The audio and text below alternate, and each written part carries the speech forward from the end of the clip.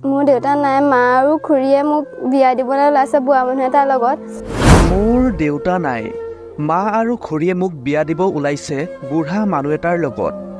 মানুহজনী ভাগৰ কেঁচুৱা নহ'লে যে সেইকাৰণে মোক এতিয়া নিব, 18 বছৰ হোৱাৰ বিয়া পাতিব, তাৰপৰা কেঁচুৱা জন্ম দিব।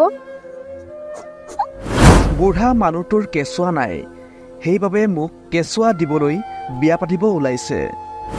আমাৰ ঘৰলৈ নাহে, খুৰীহঁতৰ ঘৰলৈ প্ৰায়ে আহে।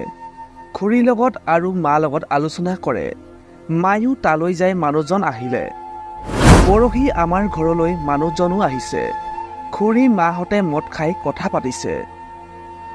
এয়া এগৰাকী অসহায় নাবালিকাৰ স্বীকাৰোক্তি। কিমান তললৈ গ'লে এগৰাকী জন্মদাত্ৰী মাতৃ আৰু খুৰীয়েকে 15 বছৰীয়া যুৱতীক 50 বছৰ এজন বিবাহিত ব্যক্তিৰ লগত বিয়া দিবলৈ এইদৰে ঘৃণনীয় কাম কৰিব পাৰে। এই ঘটনা গহপুৰৰ হাৱাজানত।